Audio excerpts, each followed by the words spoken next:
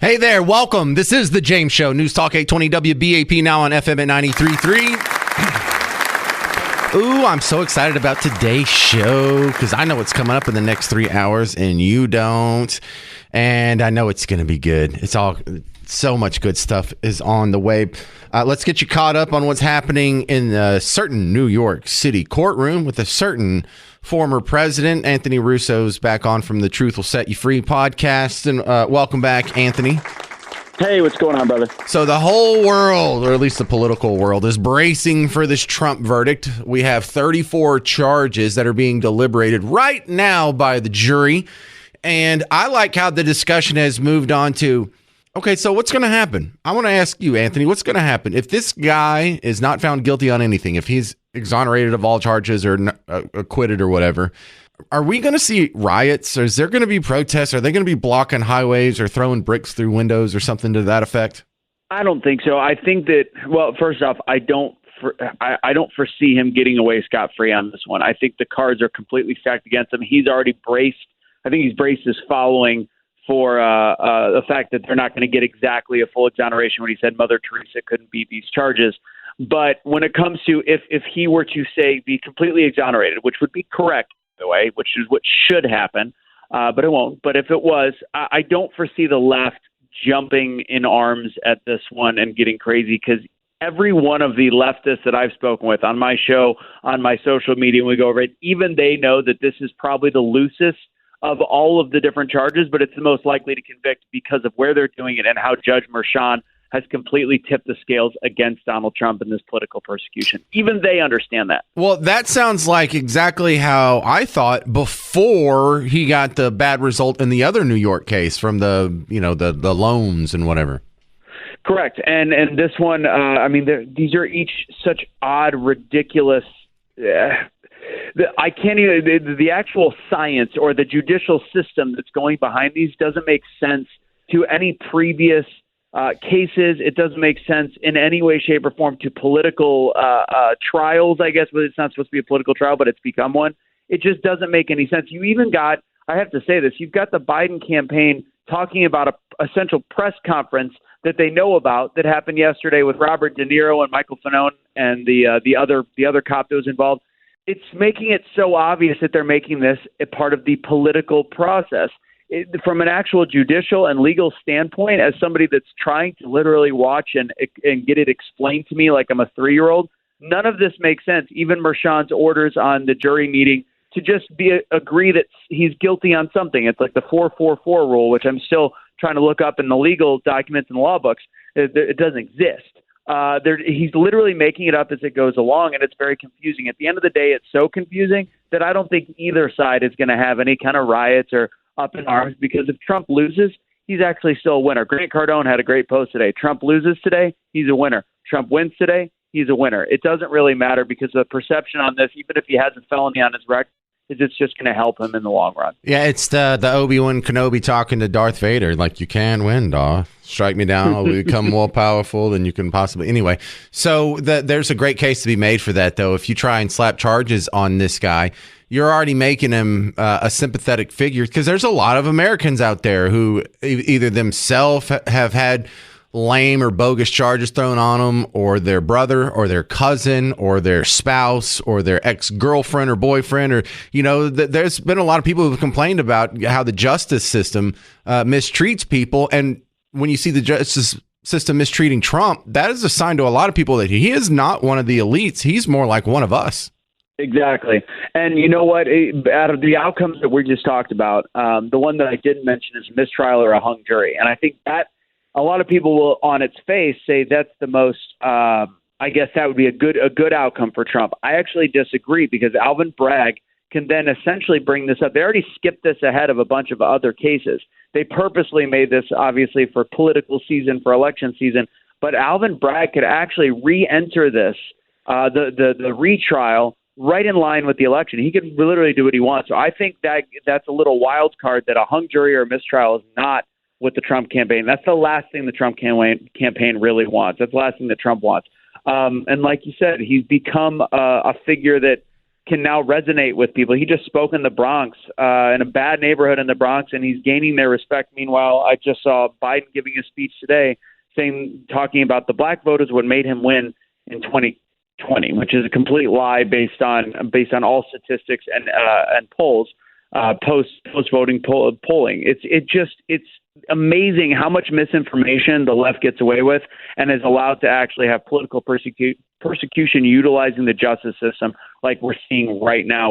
We're waiting at 3 hours and 41 minutes of jury deliberation in what is a completely sham trial. Well, there's a lot of people, that, even the Antifa, BLM people in all crosses of society that complain about how we have an unfair criminal justice system and the common people are held by one set of standards and the elite chosen privileged can get away with anything. And then we see this and we see Donald Trump getting pulled down with just light and transient charges here, while Hunter Biden has dozens of hours of smoking crack and doing prostitutes and waving around illegal guns and all kinds of illegals. And he's skating on all of it. So, I mean, who are the common people supposed to identify with here? Right. And on top of it, the unprecedented actions by this judge, which, again, like I said, I still am not even understanding. I've watched Judge Piernino try to explain it to me, and I can't figure it out. So this 444 rule is completely unprecedented. Yeah, I don't know what you're saying with the 444 rule. What's that? So based on the different jurors, the way that I'm reading this, the jurors can come up with, as long as they agree that he was guilty of one of the three things. So each of the four jurors can have a different thing that they feel guilty on, whether it was the conspiracy, whether it was one of the misdemeanors from the past, or whether it was a felony. Any of the different things that he could be looking at being found guilty of. As long as they find him guilty of something, that becomes unanimous. They don't even have to agree on what it is. I've never heard of it. I've Googled it. I've never seen anything like it before. All the different pundits on even both sides are going, this is muddying the waters. It's making it confusing on whether or not it's a unanimous decision for guilt, or if it's just as long as he's found guilty. It seems a little directed. I've never heard of anything like this, and I can't even look up anything to make me understand it better because it's never been done.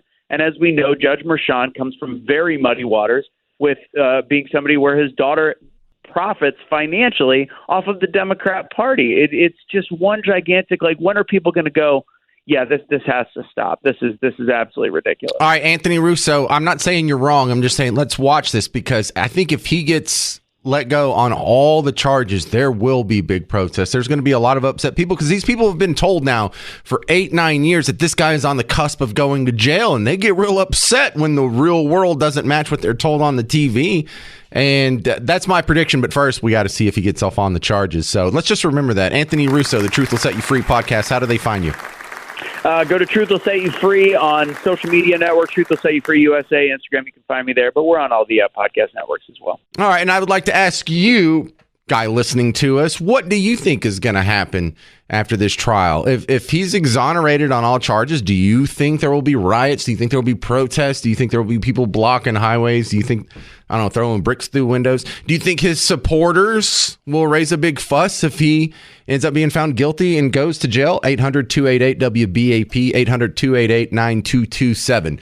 This is The James Show. News Talk 820 WBAP, now on FM at 93.3. Hey there, welcome to The James Show. News Talk 820 WBAP, now on FM at 93.3. Trump's jury is deliberating 34 charges right now, and there's two outcomes I want to talk about. What happens if he's found guilty and he's going to go to jail? How upset are his supporters going to be? If Trump is cleared on all charges and skates unscathed, how upset are his haters going to be? Because I foresee, and I'm the only one saying this, that we're going to have some problems if he doesn't have something that sticks. They're throwing a bunch of noodles against the wall, and if something doesn't stick, there's going to be some upset people. There's going to be some bricks thrown through windows. There's going to be some roads blocked, maybe a airport or two. There might be some wayward spray paint. And look, I'm not just pulling this out of the air. We've seen this happen. You've seen this happen. I remember when Trump won the presidency, there was big fuss in the form of riots and protests that happened. So bad that when 2020 was rolling around, there was stories on election day of people in various downtown shopping districts. They were drilling up plywood on their storefronts in case he won again. And then when he lost, you could roll down your windows and you can hear all the plywood being unscrewed from the stores because they don't have to worry about it. Because his supporters don't riot. His haters do. Let's go to Godzilla in Fort Worth. You're on the James Show. What do you think is going to happen? Hey, James, good to talk to you, buddy. I think that if Trump is found innocent or it's a hung jury, we're going to end up with Antifa back out in the streets, setting up chop and chaz and burning down churches across from the White House. And if he's found guilty, you're not going to have a whole lot of Trump supporters out there rioting because most of us are out here working instead of being in the streets acting like idiots. Yeah, when you say there's not going to be a whole lot of Trump supporters rioting, you mean somewhere around zero? I would imagine so. I mean, there's going to be a few that obviously we all have a problem with it, I would imagine. But most of us are too busy being productive to go and march in the streets and, riot on Capitol Hill and everything else. Well, also, I think we all recognize that it's not very constructive or helpful to the cause to go throw the brick through the window of a shoe store. Buddy, that's for sure. It's a different mindset for different folks, I suppose. Well, also, these people have been trained that this whole society hates you and you don't have a voice and you don't even have agency over your own ability to reach your full potential. And, we're not pulling this out of nowhere. I don't know what your experience was. And thank you very much for calling Godzilla, if that is your real name. In 2016, when Trump won, there was some people in the streets blocking it downtown. And I was living in New Orleans at the time. And I remember having to go to work the next day, and I walked to the corner store at the end of the block, and coming back, you could see on the base of the statue in Lee Circle, "Die Whites Die," or "Trayvon Forever," or "F Trump." There was all that, and there's a couple days later, when the city got around to it, maybe 2 weeks later, there would be cleaning crews that came there from the city and scrubbed it off, but it never made the news. The racial slurs and actionable threats against a minority, because white people are a minority in New Orleans. The town's like 63% black. No one cares. No big deal. They're not bad guys. You're worse than a bear, though. Chris in Plano, you're on 820 AM now, 93.3 FM WBAP. What do you think is going to happen? Caller, your show. If Trump is found guilty, he'll win 40 to 45 states. He'll also win the popular vote. There will be no riots. There might be some rallies, on the street corners like we do up here in Plano, flags and stuff. But if he's found not guilty, which these instructions, there's no way. And, like you said, Mother Teresa would be found guilty. So, but if he's found not guilty, yeah, you got the MSNBC crowd, CNN, whipping people up into hate and division. They're the ones that create the chaos. It isn't Trump. It never was Trump. Trump wants to make America great again. What is wrong with that? Yet 2/3 of the population loves this country. You have the other third that hates this country. It's simple as that. Simple as that, James. Well, what do you think is going to happen? You think he's going to be found guilty on something? Something. They're not going to. The judge has it out for him, man. His daughter's making money off this case. You know all the facts. Well, I also, when they talk about, Trump has a gag order because you don't want to taint a jury pool. You don't want to be swaying these people's opinions on the matters at hand. Well, y'all been calling him Hitler in the media for the last 10 years. You don't think you've instilled just maybe a kernel of hatred toward this guy? Everybody sees it for what it is. That's why he's going to win 40 to 45 states, and he'll win the popular vote. Well, I appreciate your optimism. That's Chris in Plano. Thank you very much for calling the James Show, sir. All right, 800-288-9227. If you have anything to add to that, 800-288-9227. Coming up next, we're going to have a little bit of info for you people who are actually in recovery mode. You got to remember, something around 300,000 people still without power at the last report I saw this morning. We'll have some tips for you, and if you had some damage, we're going to talk to some people that can help you out with that. This is the James Show, News Talk 820 WBAP, now on FM at 93.3. But right now, I'm dying to talk to Bob Lavelle because I hear there's another success story for a James Show listener, and the cool part about this one is how young the guy is. Bob Lavelle, tell the guy listening to us the story. We did We talked way back, probably a month and maybe 5 weeks ago, about a young fellow that was 21 years old and how together he was. His dad passed him the phone and said, "You need to call these folks." He did, and they just finished his house a few days ago, and he's closing tomorrow. So you think at 21 years old. Yes. So what an accomplishment, you know? Even if he follows the payment schedule to the T, which, you know, most of us make early payments and try and advance it a little bit, he will be without a mortgage payment in 51 years. And that's granted, he doesn't move and whatnot. But man, what a leg up on life this guy already has. You know, in reality, the way it happens, James, people move in, you know, maybe when they're 40 and they think that they're going to be in there for the rest of their life. 6, 7 years later, some jerk comes along and offers them $100,000, $150,000 more than what they paid for it. And everybody hates moving, but you know what? They do it again and again. We've had clients literally over the last 30 years that are on their third house. And every time they make $100,000, $150,000 in equity, that bell goes off, and they're either upsizing or downsizing, but we love it. It's educating the folks about, you know, your stock market's kind of risky, but when you buy that new house, that's the lowest price it will ever be in your lifetime. Right, and that's the backstory on the phrase, stop making the landlord richer. We mean start making you richer, start building equity and carrying that from house to house to house and build some wealth. That's the difference between renting and owning, and Bob Lavelle does that for people almost every day. He just did it for a 21-year-old James Show listener. He can do it for you. 972-392-9595. 972-392-9595. You can go to Bob Lavelle's website, blessyourheart.com, or call 972-392-9595. Thanks for this success story, Bob. You got it, James. Take care. Hey there, all you beautiful Texans. Welcome back to the James Show. News Talk 820 WBAP, now on FM at 93.3. Welcome back to the big show. We are keeping an eagle's eye on the jury deliberations right now in the Trump trial in New York City. Jury's been deliberating again all day. And a few things that have happened that have been leaked out of the courtroom is earlier they asked to have the testimony for Pecker and Cohen read back to him.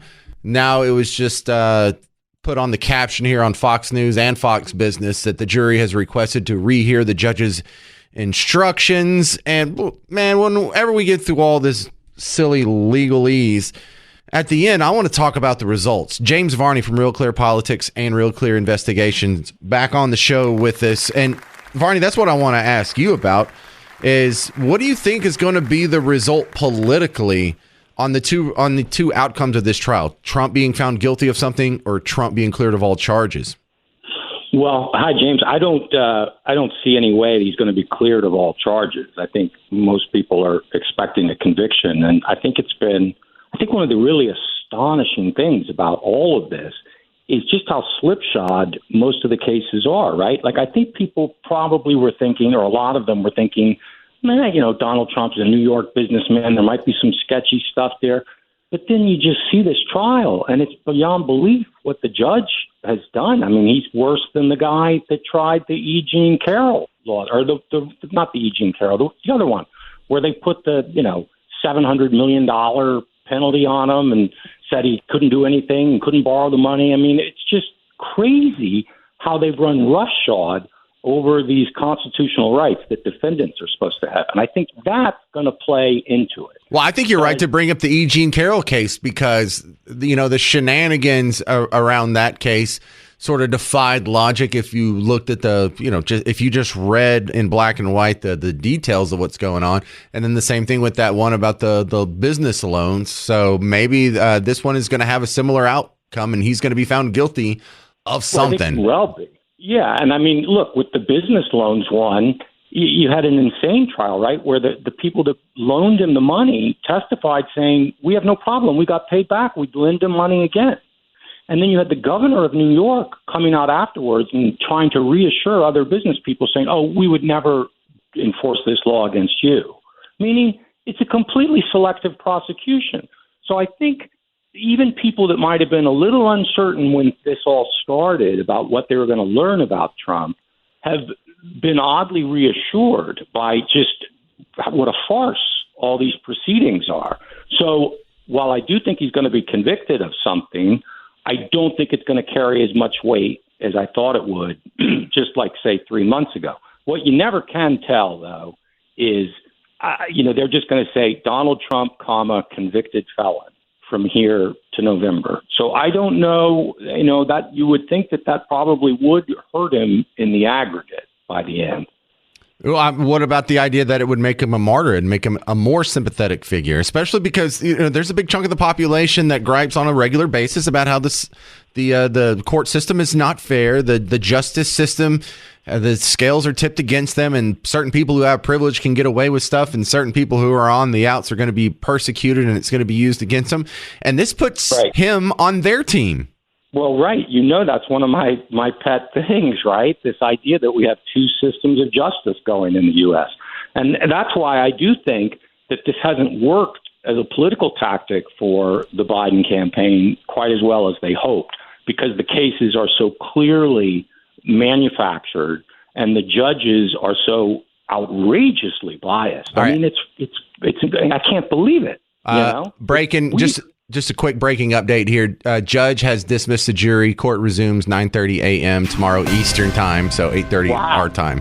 So they're done for the day. Oh, I thought you meant he had dismissed the jury and was going to get a mistrial or something. No. They're starting again tomorrow morning, 8:30 our time. Well, I mean, look at the instructions that he gave them where they don't have to be unanimous. I mean, I saw a number of experienced litigators saying this is insane. Yeah, is that not a thing? Are they changing the rules there too? Not. I mean, I'm not a lawyer, but according to some lawyers, it does need to be unanimous, and I think that's one of the reasons. You mentioned just before I came on that there had been requests from the jury to go over his instructions again, because I mean, not only does Bragg's indictment not make any sense, and no one's exactly sure what the underlying crime is, but the judge's instructions to the jury are hopelessly complex and convoluted. He's trying to engineer a conviction. And it's so transparent that I think that really takes a lot of the sting out of it for Trump. All right, so what do you have going on at Real Clear Investigation these days? Are you doing anything, or are you just barely working over there?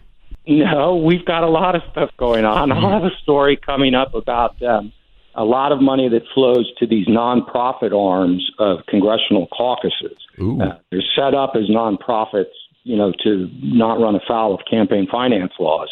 But it certainly is another deep pool of unregulated money that's flowing to these politicians, or at least their workers, and it's not being spent, very much of it, on what they say it would be spent on. Well, I look forward to it. I love your pieces. This is James Varney, and I give him a hard time, but he's a great columnist and writer over at Real Clear Politics and Real Clear Investigations. Thanks for being on the James Show again. Thanks for having me, James. All right, what do you think? Because I look in the off chance, in the slight probability or possibility that this guy skirts on all charges, I really do think that there's going to be some protests around it, and if they get a little too wild, I think it's going to backfire and hurt their cause even more. Coming up next, we have 3 of our black neighbors are suing American Airlines for racism. The charges, I'll let you make the call after you hear the details next on The James Show. News Talk 820 WBAP, now on FM at 93.3.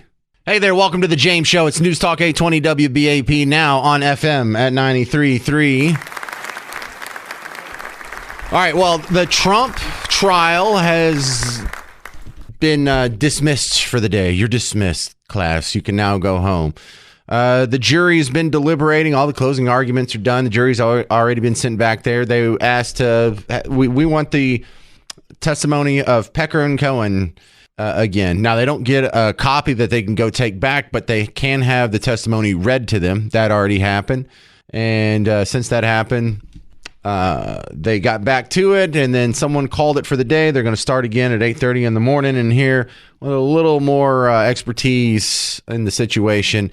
Back on the James Show from SMU, it's our friend Matt Wilson. Welcome back, Matthew, to the James Show. Now, Are you guys in class right now?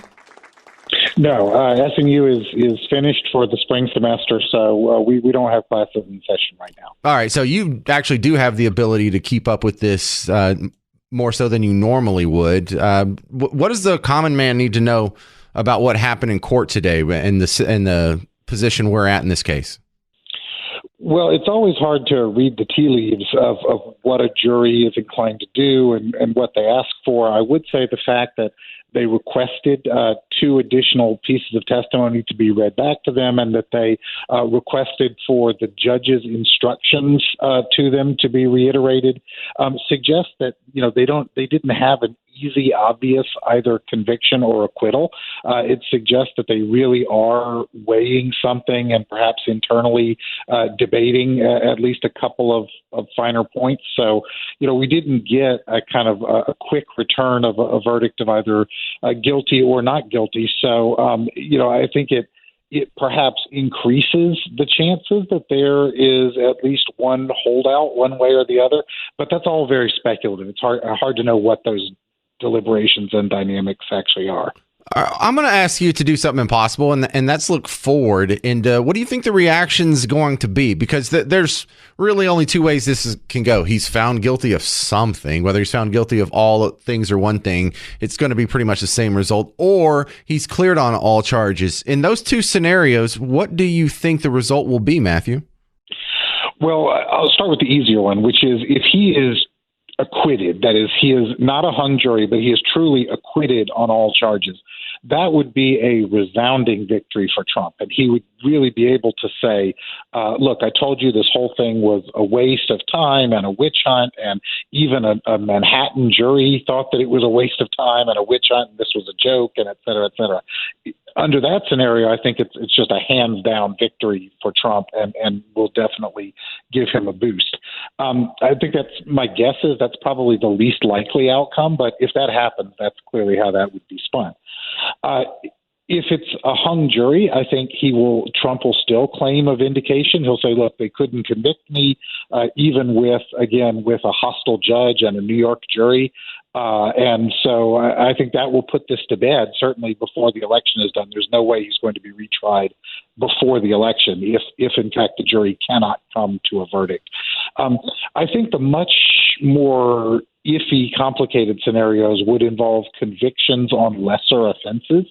If he were somehow found guilty on lesser included misdemeanors or something of that nature, or even if he is convicted but the judge just sentences him to probation, that would give the sense that, well, maybe this wasn't all that serious of a charge to begin with. I think those impacts are kind of murky. Obviously, the extraordinary bombshell outcome would be the most severe, which is that he would be convicted of a felony and that the judge would then sentence him to prison. I don't know how likely that is, but if that happens, then obviously that is a bombshell dropped in the middle of this presidential race. But is there any outcome that would prevent him from being on the ballot in November? No, even if he is sentenced to prison, there is no law that prevents him from running for the presidency. We have had people run, not major party candidates, but the Socialist Party candidate, Eugene V. Debs, back in the early 20th century. Yes, exactly. He ran for the presidency from jail. And so one is permitted to do that. So even if Trump were convicted and sentenced to prison, he can still run for the presidency. A good Eugene Debs reference there, that we are talking to a political science professor. That's right. So let's talk about that worst case scenario, though. He gets put in prison, and then if he wins, we've never had to do this before, but could he pardon himself? Yeah, that's where things get really, really iffy in that case. So first of all, I'll say if he is convicted, whatever he's sentenced to, he is certain to appeal. And so he's not going to be immediately clapped in irons and, put in Rikers or something like that.